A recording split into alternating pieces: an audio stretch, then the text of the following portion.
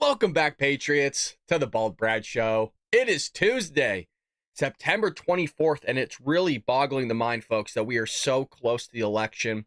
We will be live for the election.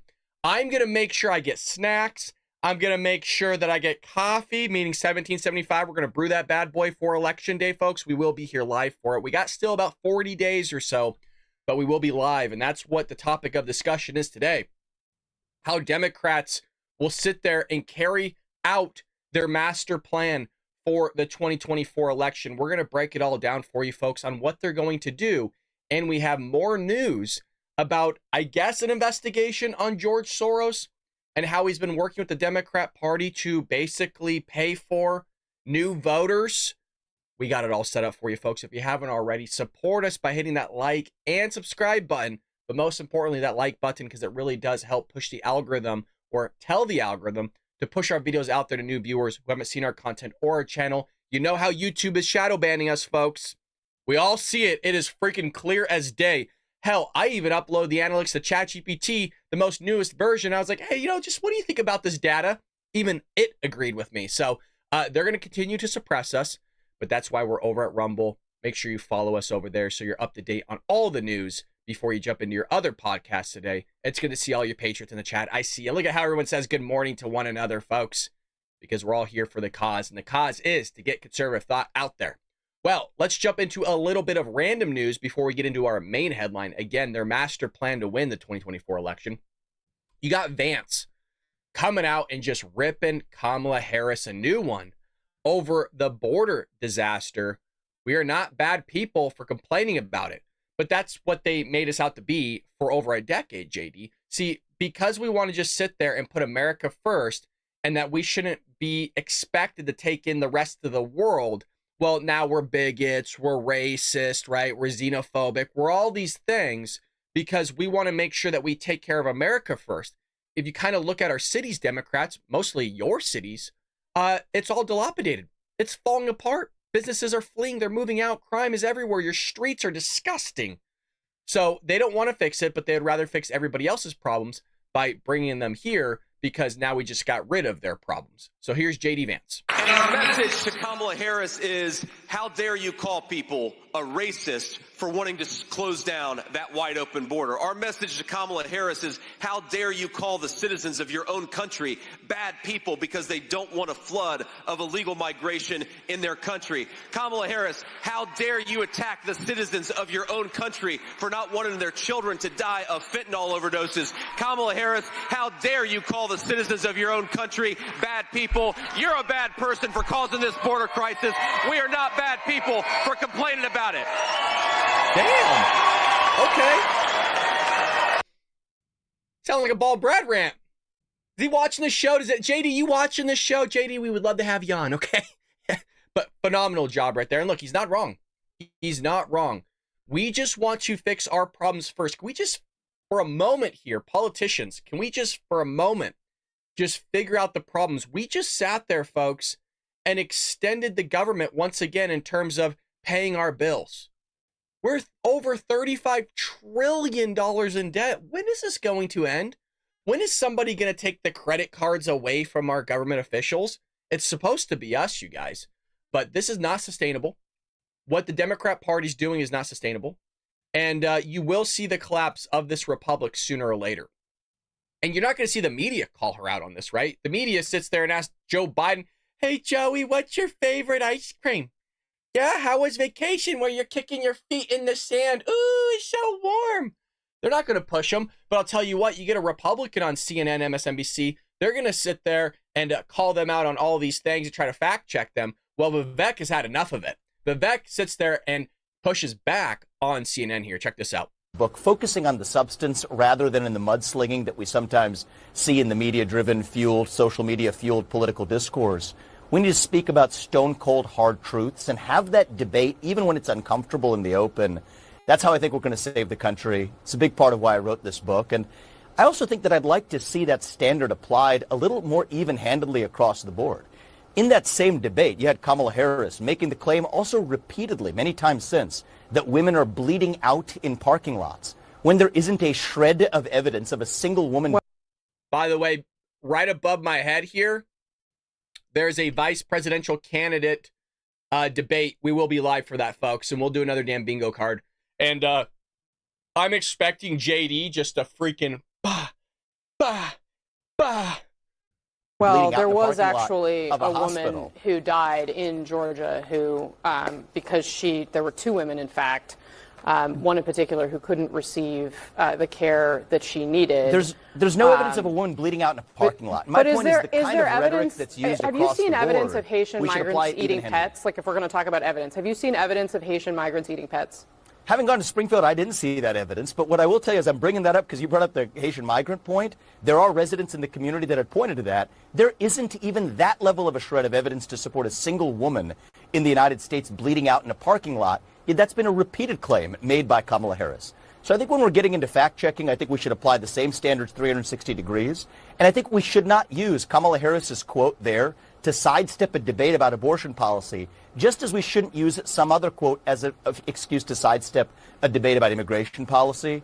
And a core thesis of this book is let's not use the fringe words that somebody on either side might say, and let's focus on the actual content of the debate, even when we disagree most. I think that's going to be a key step to reviving our country. And the beauty of America is we can disagree badly, and I believe still get together at the dinner table at the end of it. That's the America I miss when I grew up not that far from Springfield myself.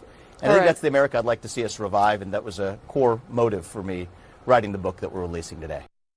I would like to see that revived as well. I like the passion, the optimism of Vivek, and I think that type of rhetoric and that type of language is important.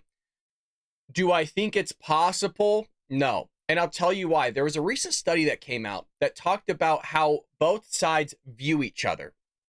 And what they found was Republicans tend to think Democrats and the progressive left are ignorant. And they have that type of thinking because most Republicans at some point were on the other side. They were either Democrat or they were of the progressive left. And then as time goes on, naturally, people tend to become more conservative, or in other words, as well as Republican. And so since they were once that said thing, they have just an ignorant viewpoint of them, or I guess in other words, they view the other side as ignorant. Whereas, check this out, the Democrats, who were never Republican in the first place, have always been Democrat, or they've sat there, moved more center from the progressive left to the Democrat Party, think Republicans and conservatives are evil. That's a real thing, by the way. They don't think that we're ignorant. They don't think we're stupid. They think that we're evil, you guys. There's a big difference between the two people or the two sides. And with that being said, the other side does not want to have conversations with conservative Republicans. That's why they don't know our viewpoint. If you talk to a lot of Democrats, they have no clue what a conservative is. They have no clue what a Republican is. They have no clue what our ideals are. They don't know any of that. But the thing is, since we grew up in their milieu, since we grew up in their environment through the education system, we have to watch their crap TV shows every now and then, the news media. Since we're having their ideas shoved down our throats, we know their ideas almost like the back of our hands, and we're able not only to display our own ideas and how it's better than theirs, but we're also able to call out the flaws in their own ideas more so than they are. So, anyways, I like the idea of Vivek. And I don't know what his plan is for this administration. What I mean by that is I don't know if he's going to be the Secretary of State. I don't know if he's going to have a cabinet position. I don't know if he's going to be the White House press secretary. But he needs to be something because this man is a gem. He's a freaking national treasure. And Donald Trump would be making a huge mistake by not having Vivek be a part of his team, or at least on that campaign trail in not just an advisory role, but like I'm talking should be in a cabinet position. So let me know what you think about that, Patriots. I see you guys in the chat. So I always read the chat while we're watching the videos and, getting our minds blown in some way, shape, or form. Well, this hit the news yesterday big time, and I love to see this, where our president is walking amongst the people and just having casual conversation. And as casual, I use that kind of loosely, right? Because they knew he was coming. The Secret Service is definitely there beforehand, making sure everything's clear. There's no psychos in there. Well, former President Donald Trump surprised a Pennsylvania mother of 3 buying her groceries when he stepped into a small market ahead of his campaign stop in Indiana, Pennsylvania. Well, folks, just to let you know, he sat there and paid for this lady's groceries, and the left lost their mind on the internet. So here he is taking a photo, and he bought like a bag of popcorn himself, right? He was like a kid in a candy store. Look, they were upset. They go, well, I think that's a federal crime. I saw it this morning. I should have clipped it. They wanted this guy to go to jail because he bought somebody groceries, you guys. This is how insane the left are. Their head is not on straight. They're not with us. And even if they were with us, their head still wouldn't be on straight. So here's Donald Trump at the market, do a little grocery shopping with, I believe, the owner or the owner's son on the left. Oh, look, I gotta get some. Oh. Look at that stuff. I want to have it. We gotta get it. My mom just got a bag of that, actually. Is it good stuff? Good? She says it's the best. Is that the best? She says it's the best. If it is, I'll be in Washington, D.C., hopefully in the Oval Office. I'll send for popcorn. Okay? Oh, look, I gotta get some. He's like one of the few rich people that I've like seen. I shouldn't say that I know, that I've seen, but you know, he just sits there and just connects with people. You know what I mean? The guy's out there. Obviously, I don't want to say it's a stunt, but it pretty much is. But like, he taps the guy on the arm like he's a man's man. Best. Is that the best? She says it's the best. If it is, I'll be in Washington, D.C., hopefully in the Oval Office. I'll send for popcorn. Okay? Look at that. We've all done that to the boys, you know what I mean? We've all done that to a family member. The guy goes to UFC events to watch some fights.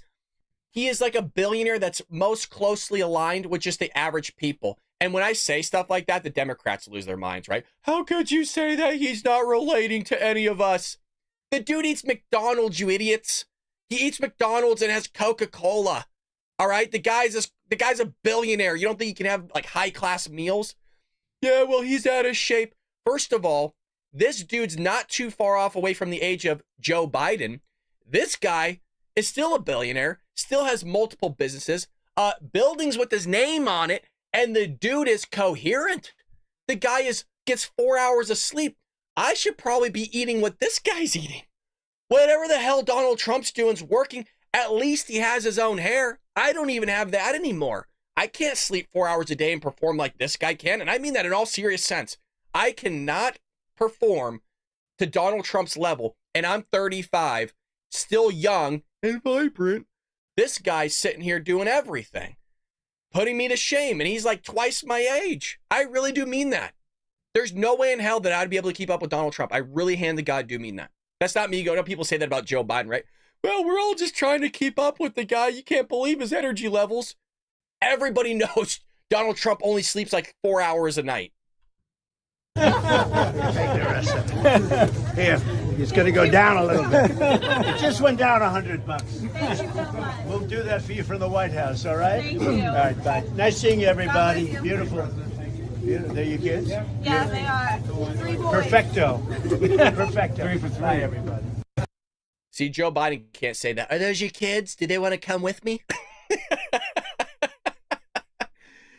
Donald Trump's a family man, folks. I mean, he brought all his children, his grandchildren. They were sitting on his lap during the RNC. Did anybody see that with Kamala Harris?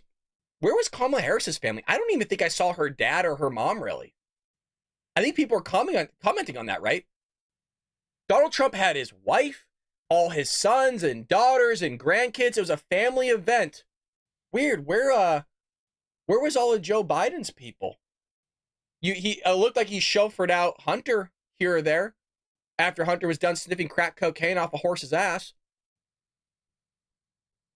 There's such a drastic difference between the Democrats and Republicans right now. There really is. And I just don't understand how they could sit there and beat up Donald Trump so much. I'm not saying the guy's perfect. I am not saying that. But I will say that, man, that man puts himself before a lot of he puts others before himself. And what I mean by that, dude takes bullets, right? He tries to negotiate on behalf of the American people. He puts Americans first, left and right. I mean, the man takes bullets, folks. A lot of people, if they were shot in the head, have multiple plots against their life and their family members, and then would have been within 10 to 20 yards of another assassination shooter while just shooting the links, right? Hitting the golf balls. A lot of people would have bounced out, but this guy's, no, it's making me stronger. If anything, they're going to sit there and just make me more powerful. Well, Bill Barr slams Biden-Harris DOJ for releasing Trump assassination letter. You see that transition that I did there, folks? You see it? I'm trying to get better. Inciting further violence. Well, U.S. Attorney General William Barr slammed the Biden-Harris Department of Justice on Monday for releasing a letter of the man accusing of trying to assassinate former President Donald Trump. Now, if you weren't aware, they released this letter from the shooter that I guess delivered some boxes and items to somebody, but this box of items was ultimately opened up. And what they found was this letter that said, this was an assassination attempt on Donald Trump, but I failed you. So I'm assuming this is kind of not a suicide letter, but maybe suicide by cop in some way, shape, or form, because he had the plates that were set up in the event that he was going to get a shootout with Secret Service after trying to get rid of Donald Trump. Well, he further said, I tried my best and gave it all the gumption that I could muster. No, you didn't. You're a coward. You sat there and ran away. It is up. By the way, I'm glad that he was a coward. I just want to be clear about that. I'm a Trump supporter, but the man's a coward. He's a little bitch. He wore a pink shirt. Okay, the guy's an idiot. It is up to you now to finish the job, and I will offer $150,000 to whomever can complete the job. Mind you, this guy didn't make much money. I think he was living, and I'm sorry if there's other people making this much money. It's not a jab at you, but he was making about $3,000 a month. Where the hell is he getting $150,000 from? That's what I want to know. Do you know what I mean? Like, where's he? Somebody either gave him this money or something happened. That's what I want tracked. How did he get $150,000 making $3,000 a month? Were you living out of your van down by a river for multiple years? Was this a multi-year plan? Like, where are you getting this money? I was dumbfounded that the DOJ made public this morning the contents of that letter. Left with prior assassination attempt on Donald Trump's life, the letter calls on people to finish the job. Well, it doesn't surprise me one bit, because this is the same Department of Justice have gone after Donald Trump and his entire family for like the last decade almost. I mean, they have gone so deep into Donald Trump's life and finances that they actually went through Melania Trump's underwear drawer to see if they could find anything. These people are gross. And they will sit there and go after, obviously, average Joes like you and I that we saw during COVID. They were locking up pastors and priests for carrying out their First Amendment right.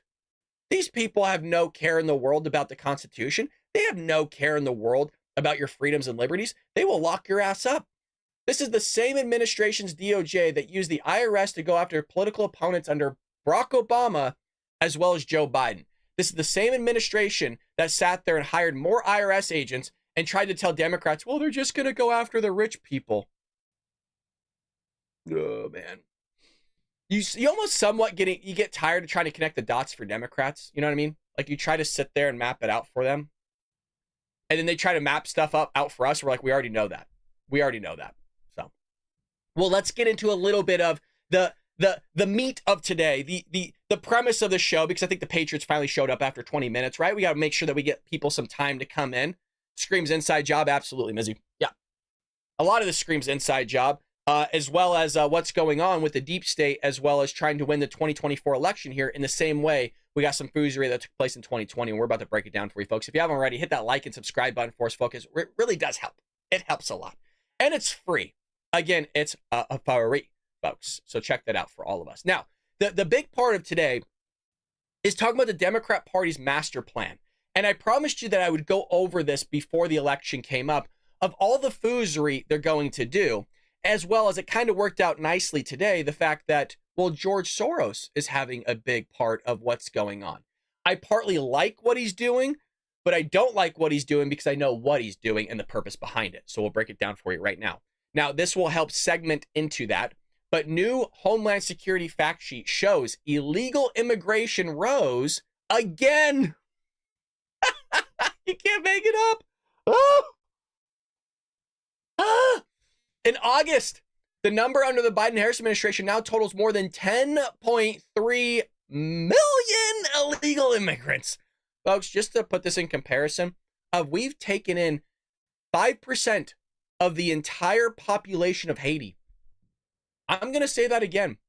We've taken in, as a country, 5% of another country's population that we know about. Folks, you could have easily 15 million people here in the last 3.5 years under one administration.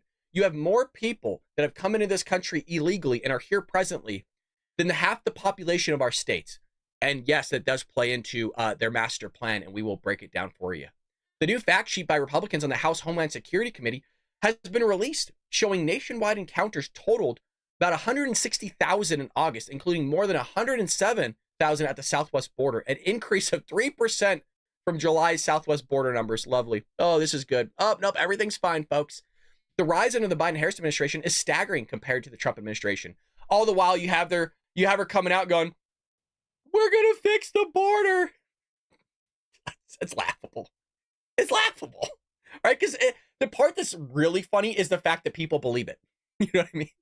Oh, she's gonna do it all of a sudden after she sat there for like a decade calling all of us racists and bigots, right? She was out there parading in the streets. There's videos of it. You know what I mean? Well, the number under the Biden-Harris administration now totals more than 10.3 million compared to the 3.1 from fiscal years 2017 to 2020. Republicans stated, and the number of the Biden-Harris administration does not include the estimated 2 million known gotaways, and that's a generous number, by the way. Oh boy, that is very generous. Since the start of the fiscal year. Now, some people have asked, well, how do they estimate the known gotaways?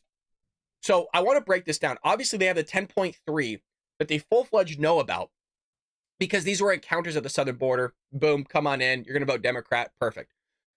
The known gotaways, we actually covered this about 3 years ago, was what they do is they kind of track the footprints. I know it sounds crazy, but they do. They track the footprints of these people, and then through there, as well as other avenues of driving or using some sort of motorized vehicle or whatever, is or drone footage that they never actually encountered this person, but they saw them come through, so they threw them in this number here. They are able to count these gotaways as an estimation, meaning that's why I'm saying it's probably closer to 15 million in total, maybe even more than that, under just the Biden-Harris administration, because we don't know about the unknown gotaways, like the people that just we had no clue about. That 2 million is the ones that we know. So you're looking at 12.3 million people for sure, on top of it, I'm being generous, of the 3 million probably plus that we don't know about. Now, how does this all play into what the hell I'm talking about? Like, Brad, how does this play into the upcoming election? Oh, well, buckle up, double buckle up. Because Soros is backing these organizations that are leveraging on these waves of immigrants to sway the election. Here we go, folks. Now we're getting into the nitty-gritty. This is why you come to the Bald Brad Show. We're breaking this down long form.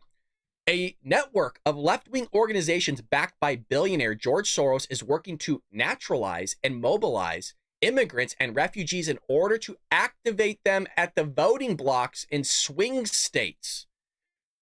You're going to hear why I like a piece of what he's doing here, but he's doing it very strategically. And that's why I emphasize the swing states, because he's only doing this generally in these swing states to swing the election in Democrats' favor. Check this out. Nobody's talking about this. Boasting that they could sway the outcome of the national, state, and local elections, pick up congressional seats, pick up local seats, and pick up, ultimately, the office of the presidency. Check this out. Chief among these groups in the National Partnership for New Americans, that's what we're calling them now, New Americans, right? Like the newcomers is what we have to call them now, which describes itself as a national, multi-ethnic, multiracial partnership network of 60 of the country's leading immigrant and refugee rights organizations. The group received $560,000 from George Soros from 2016 to 2020. Check out the revenue, folks. They made over $4 million in total revenue. Our network has supported the naturalization of 250,000 people and has been a key driver of advocacy to make naturalization more affordable and accessible. I don't mind having these networks offer up support through donations to try to help people and support them to become naturalized citizens the correct way. That's not where my qualms are at. My qualms are, my problems, my issues is that they are strategically doing this in certain states to sit there and naturalize these people, knowing that with a high degree of probability, they will vote Democrat. Oh, don't worry. If there's Democrats in here, I have the receipts. No. I'm going to take care of everything for you today, because I know that you can't sit there and type in a few buttons on your keyboard and figure this stuff out your damn self. I know Democrats can't do it. Well, the National Partnership for the New American States, its website features an image of a t-shirt that reads, naturalize 2 million by 2022. Mind you, in these swing states, folks, the margins are very short. The margins are very small between who can win the election and who cannot. And they know this. That's why it's their master plan. Oh boy, do they know it. And that's why they didn't mind busing them to certain areas. That's why they were flying them to key areas under the dark of the night through airplanes. That's why they gave them certain offerings to go different places. There's a reason why you got a lot of these refugees winding up in these really random small areas. Do you notice they're not going to Martha's Vineyard, you guys? Do you notice all that? Do you notice they're not going to specific places that are Democrat ran? Like what I mean by that, where all these elites live. Do you all notice that? They're going actually to very specific places around the country. Very weird. Democrats often rebut the Republican argument on illegal immigration that the left encourages it to forge a path to permanent Democrat political power. Well, that's what they're doing. And that's what we have been saying for 3.5 years. There's no other reason to do all of this illegal immigration behavior or allow it to happen if this was not part of your master plan. By saying that illegal immigrants don't have the right to vote. Which is why they don't want to put forth that SAVE Act. There's a reason why they didn't want to do this, right? And then because Johnson doesn't have a damn spine in Congress, the reason why he doesn't have a damn spine is because then that will put the referendum on us, that now we're in trouble because we wouldn't sit there and allow the government to operate. People wouldn't get their paychecks. So he removes the SAVE Act, which you would think that everybody would be for, but no, because this is part of their master agenda. This is part of their master plan. But the effort by Soros-funded group to get as many immigrants as possible on the voter rolls as a way to sway elections indicates that the left does view immigration as a political tool, which we all knew. But the new part here was Soros. It would be different if they were coming out and saying, hey, you know what? We're just really for making sure people are able to raise the possible funds to become a natural citizen. They want to buy into the American dream. They want to assimilate with our creeds and our values and assimilate into our culture. That's not what's going on here. They're being open about it. That's the remarkable thing.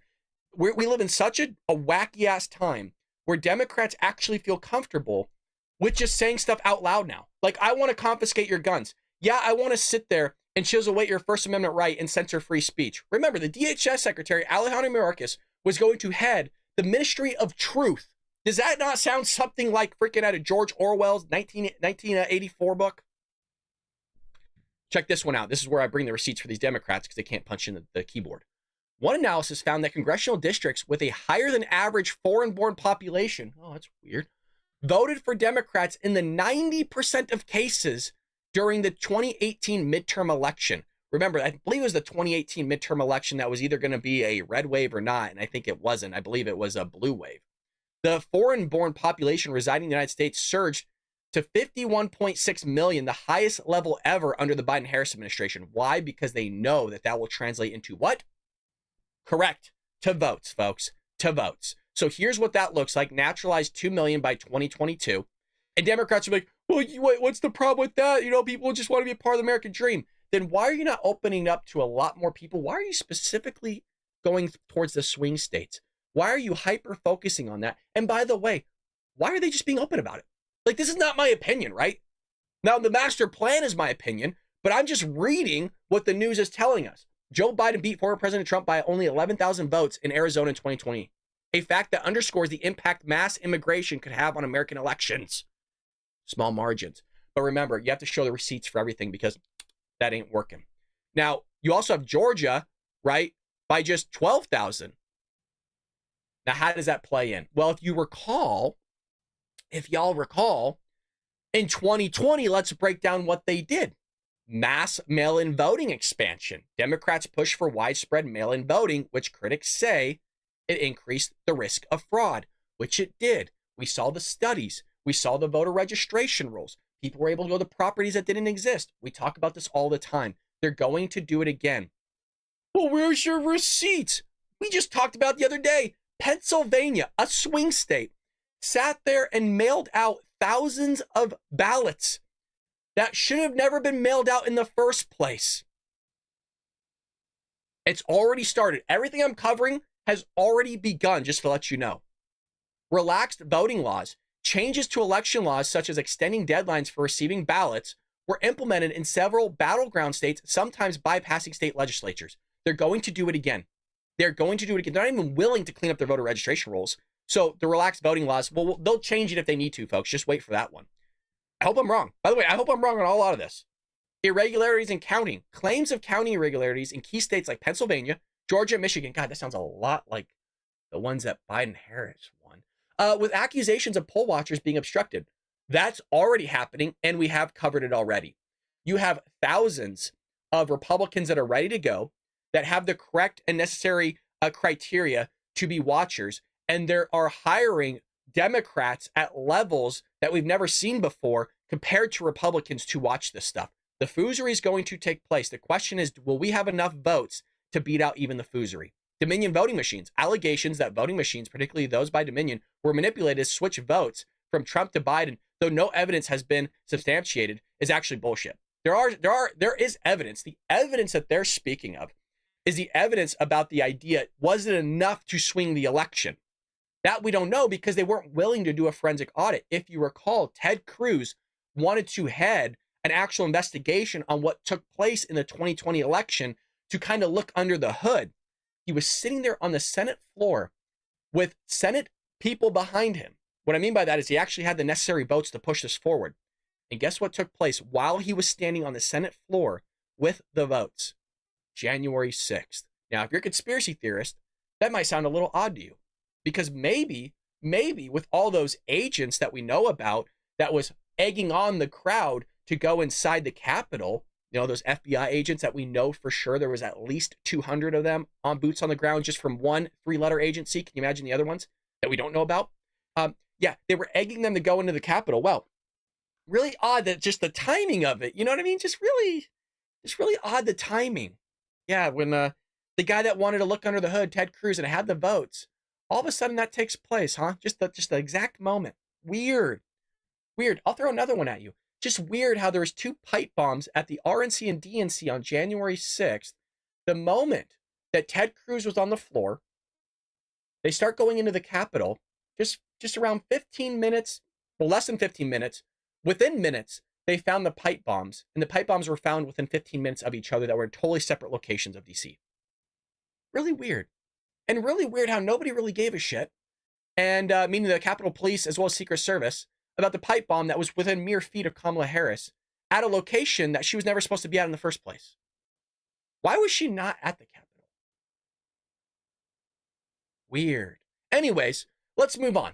I am just making people think a little bit here. That's all I'm doing. I'm not saying I believe in all of it. I'm just saying it's really weird how all this stuff works out, right? That we never actually got answers.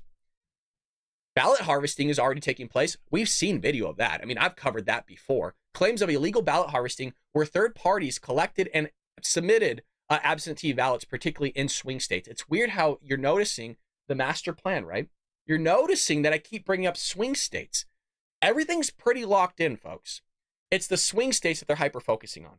It's the swing states that they're trying to get people to become registered voters, but not just registered voters. They're trying to get them to actually naturalized citizens, and then they're registered to vote.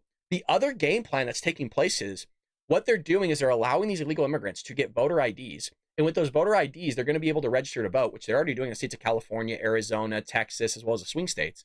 And then we don't know if they're for sure going to mail out that ballot to that individual, or they're going to sit there and circumvent it. This is kind of what some people are saying. They're going to circumvent the system, and they're going to take the ballots and fill it out on their behalf. Now, I've always said we should be matching up signatures. And that goes for me. If I didn't sign my ballot or my signature correctly that matches up to what I registered with, then that's shit on my ass. That's my fault. But they don't want to do that because they know.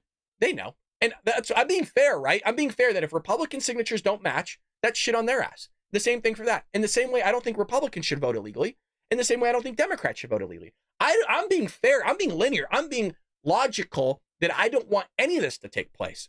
They're already doing this. There's actually video of people with bags that are saying, hey, you know what? Just throw your ballot in here and we'll turn it in for you. Don't ever do that. You need to go in yourself and make sure you fill out that bad boy yourself. Do not give anybody your ballot. I'm as serious as a heart attack, you guys. Do not give anybody your ballot.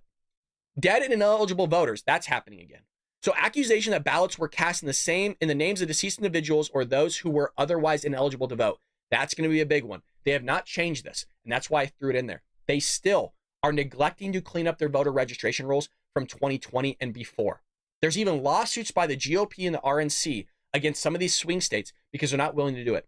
So what I'm bringing this up is, if they weren't willing to do it when they're being sued a couple months ago, the courts aren't making them do this. The same DOJ, the same courts that want to sit there and go after Donald Trump, and people are like, well, Brad, it's a different state. It's not the same exact courts. You know what I mean, by these Democrat shills, okay? These Democrat judges that are going after Republicans and not willing to do certain things because they don't want Donald Trump in office because they don't like the guy. The dude doesn't pay a parking ticket on time in New York City, and he has a grand jury. Come on. Media and big tech bias, this is still going on. Allegations that the mainstream media and big tech suppress negative news about Joe Biden, such as Hunter Biden's laptop story, while amplifying criticism of Trump. How is this playing in now in 2024, just as it did in 2020? Well, it's playing in now because if you noticed, they're not talking anymore about Joe Biden's cognitive decline and how Kamala Harris sat there and covered that up in the same way they covered up the Hunter Biden laptop story. Why are they not sitting there talking about Kamala Harris's brother-in-law for allegedly embezzling all this taxpayer money in the same way they covered up the allegations that were made against Joe Biden and James Biden and his son Hunter Biden for allegedly taking money from China, Romania, and Ukraine? Why is that not being brought up? It's a little weird, right? How all of a sudden big tech media does not want to cover it. Really weird. Really weird how big tech suppresses even small channels like myself, where we have 65,000 subscribers and we get more views on Rumble with 1.4 thousand subscribers than we do on YouTube. There's videos on Rumble where we have 250,000 views. How is that, big tech? How is that fucking possible? Explain that one to me.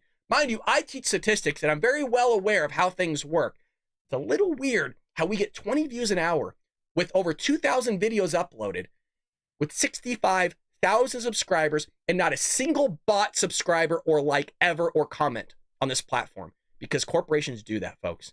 Some of these people do buy views, subscribers, and comments and likes. I don't do that shit. I sit there and pay for ads to sit there and hopefully capture somebody and that hopefully they become a subscriber. They're doing it again, folks. They're suppressing things. And that's ultimately going to swing the election in their favor.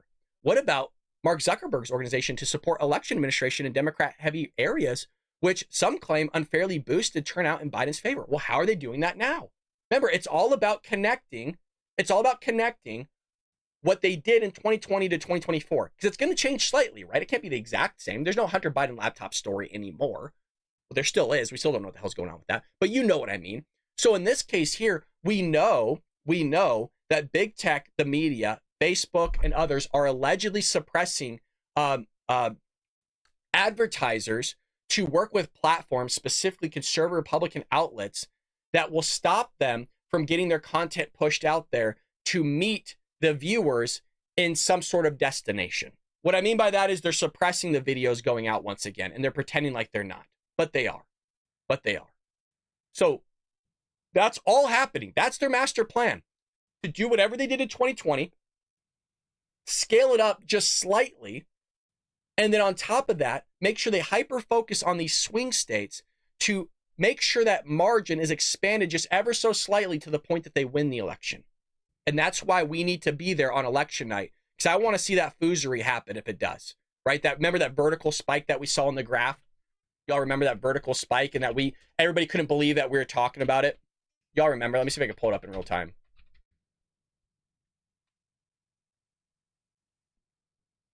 Y'all remember this spike here? Let's see if we could pull it up. I think it was in Wisconsin or something like that. But they didn't like the fact that we brought it up. They couldn't believe that we were talking about it. I'll see if I can find it for you guys. But remember how everybody went to sleep? Donald Trump was winning. It was a nice, curvy linear trend taking place. And then everybody woke up and somehow Joe Biden was winning, and there was like a vertical increase in the 2020 election. We'll see if we can get to it later. I'll see if I can pull it up. I can't pull it up in real time. Can't find everything. I wish I had a team behind me.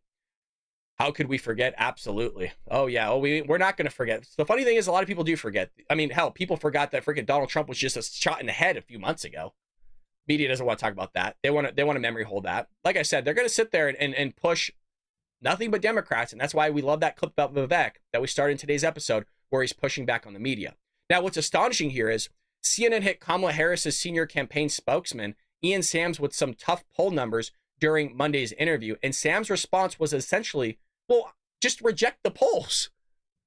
It's amazing. So when it doesn't go their way, they want to reject the polls. But when it does go their way, they accept the polls. And it's not just Ian Sams that does this. We've seen Karine Jean-Pierre over the last 2 years, as long as she's been White House press secretary, do the exact same thing. And the media has called her out on it. It's mostly coming from Fox News and Real Clear Politics that does that, because CBS, NBC, and CNN don't have the spines in the front row to actually call her out on her bullshit. This latest poll, and again, you know, I know people have their views of the polls, but this is a credible New York Times Siena College poll. They actually asked voters about policies from both Trump and Harris that they think could impact them in the future. And 45% of the voters say Trump's policies would actually help people like them versus just 37% for Harris. That's looking at the future, not just the past here. What do you say to that, Ian?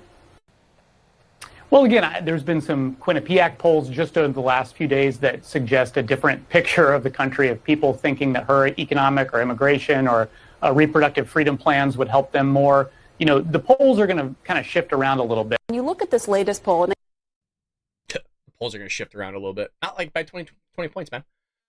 So that's the same Ian Sams that is the White House counsel. This is the same guy that was too scared to actually answer any of the media's questions about the classified document scandal, not by Donald Trump, but by Joe Biden. If you recall, remember, Joe Biden had all these classified documents in his garage next to his Corvette, and he claimed like his garage was more secure than like Fort Knox.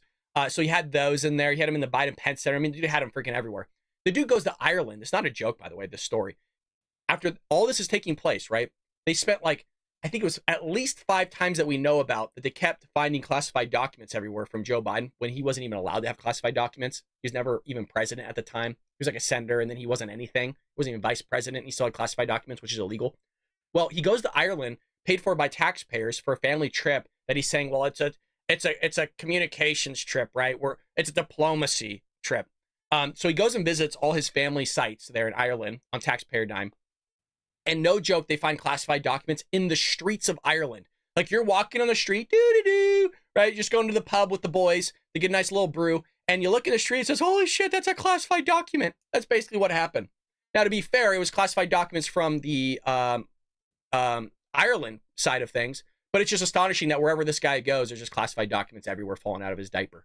So that was a thing. Now, Ian Sams would not meet with the White House press corps on the podium in front of the American people to discuss the fact that they lied about the classified documents. We covered it. There's an entire series that we have on it, 5 days in a row, and we called her out in real time. It's some of our most popular videos on this channel, calling out in real time. They would not put him on the podium to speak to the American people where everybody would watch it. So this is a real thing. If you look at the White House press briefing room and you're facing Karine Jean-Pierre, to the White House press corps' right is a door that goes to the outside. And that's where he was going to take their questions off camera. They would not sit there and he would not sit there and meet in front of the camera because they knew that they sat there and lied at least 5 times, not just to the press corps, but to the American people. And they were called out for it. So check this out. Vice President Kamala Harris struggled mightily with the ultimately failed to answer the first question put to her at the ABC News. Do you believe that American people are better off now than they were 4 years ago? Here's the thing. They still can't answer the question. Weeks after, they still have no clue how to answer this question. If their own team, many people can't sit in a room going, man, how are we going to tackle this question? Because everything is worse. Almost across the board, everything. They can't. And here you go. This is proof right here. Bottom line here, when you look at a metric like grocery prices, they're up still 20% compared to 4 years ago. And Harris was asked recently on the debate stage whether she thinks Americans are better off now than 4 years ago. And she didn't directly answer that question. So I'll ask you, does she think Americans are better off now or not? A few moments later. But I'm just going to follow up on the question again. When it comes to high prices for people, the choice in the election is also very clear, and she's going to keep talking about her plans to bring down those grocery costs while Donald Trump is going to explode them. But let me just follow up then on that, because you said her plan to bring...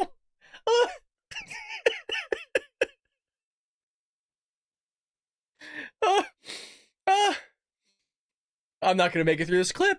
Down grocery costs, as you know, Republicans would argue, well, they've gone up on, under the Biden-Harris administration. I'll ask the question again.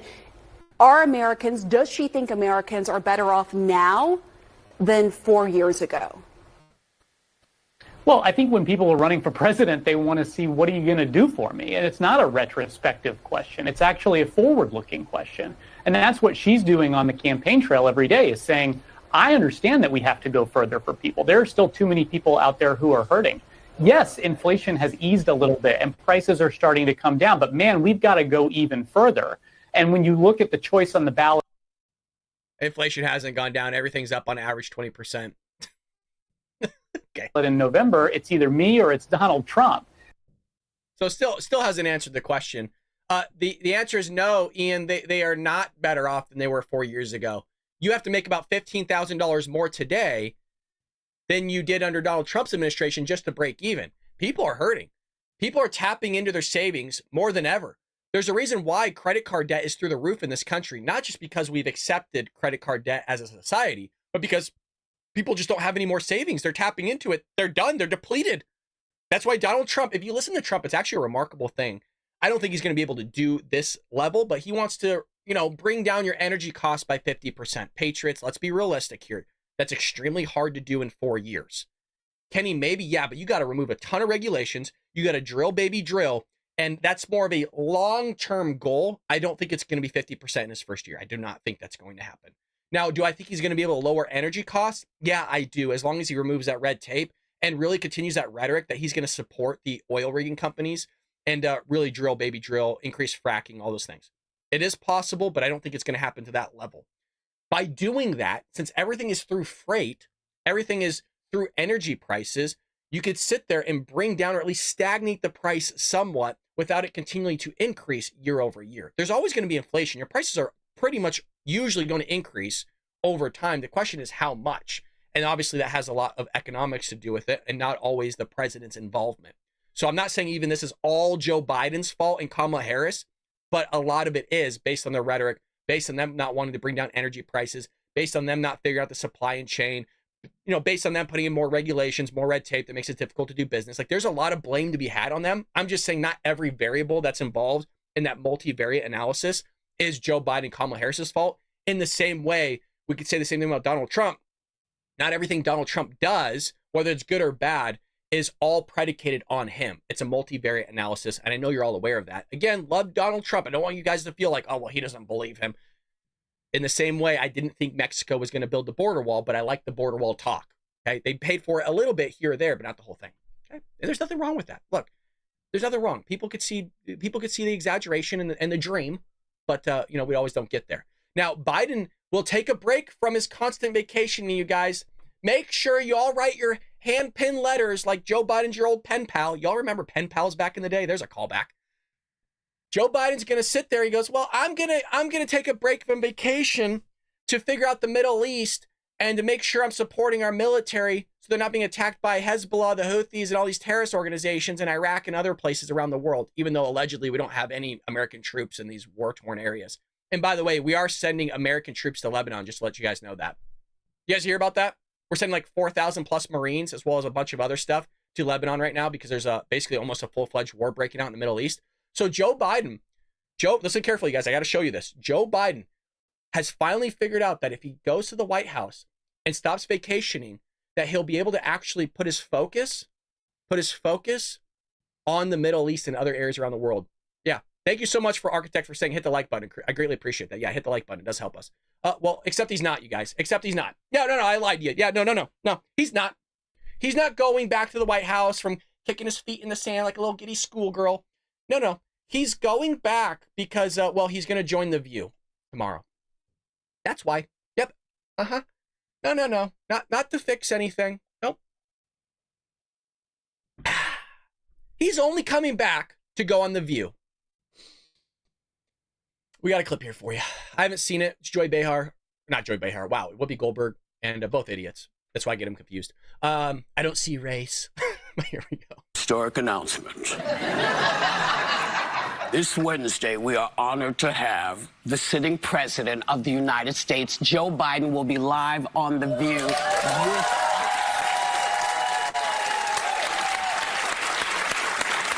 Because, let us not forget, he is still president of the United States of America. We'll be right back. Why is his wife leading cabinet meetings then?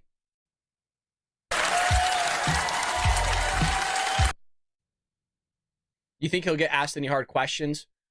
You know what I mean? I don't think so. Of course not. They'll sit there and pander like they always do to Democrats, right? They'll always pander. They won't ask him anything. Hey, why'd you allow 320,000 children, Joe, to go missing and being sold off into forced labor and sex trafficking? Why do you sniff children? Hey, Joe, what happened to all that money, like those millions of dollars you made for doing nothing? What happened? Hey, why did they call you the big guy? Hey, Joe, how come your son gave you all this money and it was claimed to be for rental payments? Hey, Joe, how come your brother sent you hundreds of thousands of dollars in your personal bank account that came from China? Hey, Joe, how is it you have all these shell companies that have fraud risk associated with them and banks that an average American would never see in their lifetime, even amongst their family and friends as well?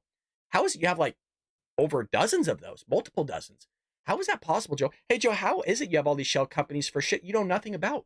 How is it your son was put on a natural gas company named Burisma Holdings and he doesn't know anything about natural gas? Hey, how is it that you said you never talked to your son about his business dealings, but then your whole phraseology and the way that you phrased that later, you said that, well, you know, the business dealings were never really spoken of, but we did have talks about it.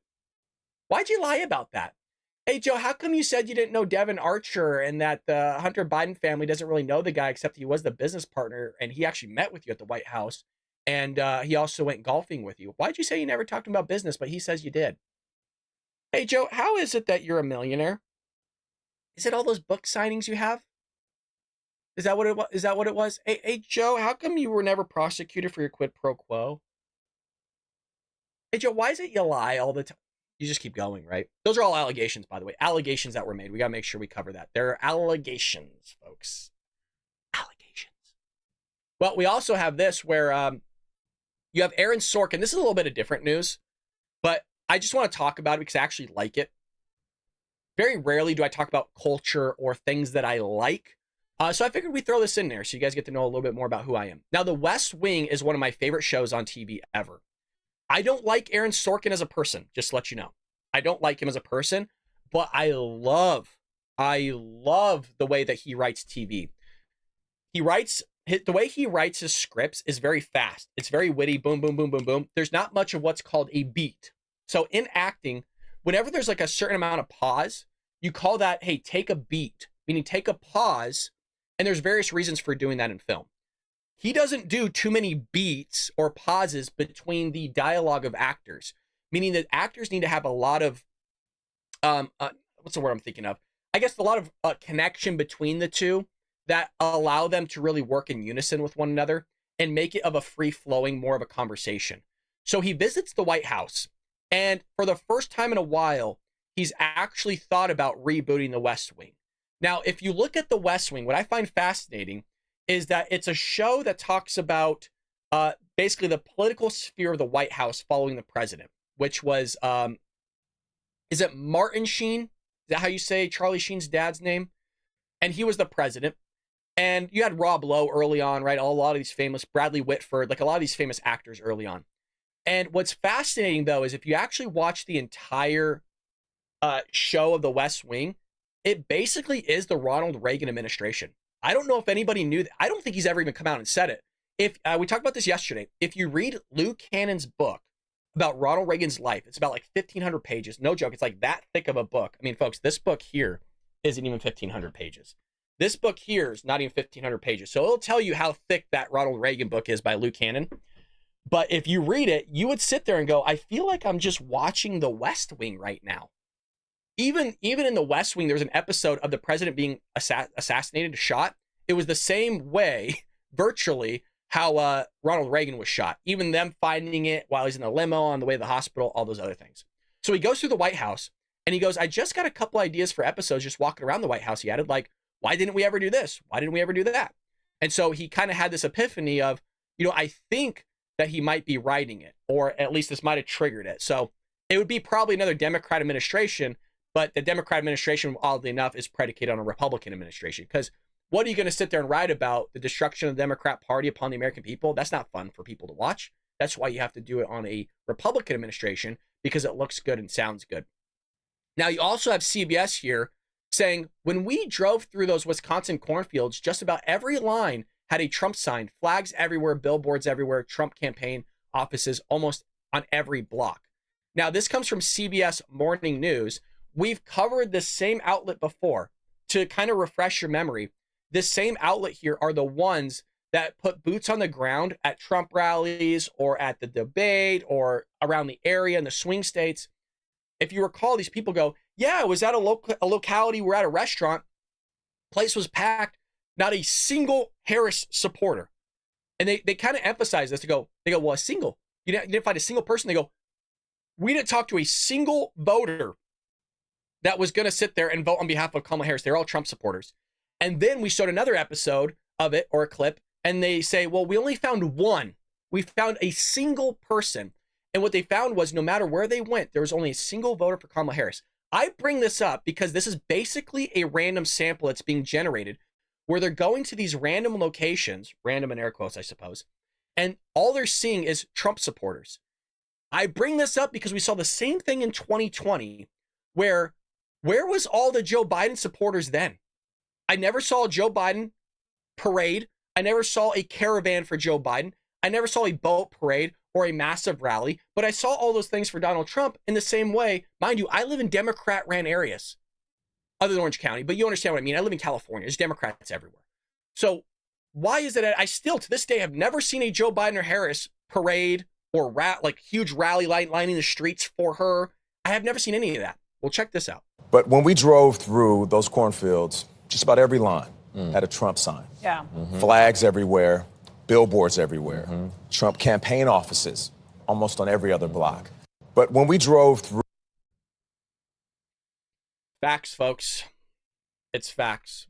So at least there's some truth coming out from the media, and there's some platforms that will still get the truth out there. One of those platforms that we hold dear is Rumble, and this sponsorship is from Rumble, the one that is incredibly important to the survival of the company. We've talked about this in the past, folks. It's really important that we sit there and help and support Rumble. We could do that in two ways. So when Rumble first started in 2013, they built a platform for small creators such as myself. That's why this is our home base. They didn't censor or have biases. They were fair and treated all creators equally, regardless of your political viewpoint. No one thought platforms would actually censor people on political conversation or censor opinions like on COVID, but they did. Facebook admitted that they fell to the pressure from the Biden-Harris administration. They had the FBI knock on their door. Rumble did not. They held the line, they stood strong, and they attacked daily for giving us a voice to talk to all of you. You're seeing YouTube do this right now. They are attacking Rumble as well as us in the corporate media. They are attacked by governments like France. They are attacked from the brand advertisers who refuse to work with them. Corporate America is fighting to remove free speech. Rumble is fighting to keep it, folks. Rumble won't survive with brand advertisers like we talked about in the show. They're not willing to sit there and support places like Rumble as well as conservative Republican small creators such as myself. They don't get much of it. Watching our show on Rumble is the most effective way that you could sit there and support Rumble on top of the fact of joining Rumble Premium. So there's two ways. You could just watch platforms such as myself on Rumble, but you can also join them through Rumble Premium. Join the community that believes in the First Amendment and believes one human right to free speech.